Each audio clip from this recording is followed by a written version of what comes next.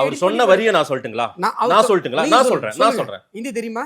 இது என்ன ஹிந்தி தெரியுமான்னு கேக்குறீங்க? எங்களுக்கு தெரிந்த மொழி நடையில் அவர் பேசுனது என்னன்னு எங்களுக்கு விளங்கிடுச்சு, தெரிஞ்சிச்சுல, எங்களுக்கு தெரிஞ்சிருச்சு. சொல்லுங்க. அதுதான் விவாதம்.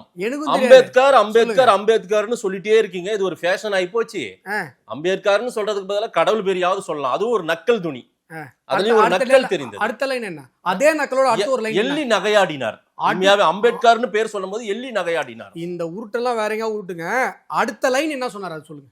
இத சொன்னாரு. அடுத்த லைன் அதே நக்கலோட இன்னொன்னு சொன்னாரு அது சொல்லுங்க. இதுதான் சப்ஜெக்ட்டுங்க. ஏதாவது சொல்ற போறீங்க இல்லங்க.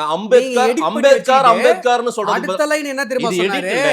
அடுத்த லைன் என்ன தெரியுமா சொன்னாரு? நீங்க அம்பேத்கர் பேரை இத்தனை தடவை சொல்றது எனக்கு ரொம்ப சந்தோஷம் சொன்னாரு. அடுத்த லைனை கட் பண்ணிட்டு என்ன அர்த்தம்?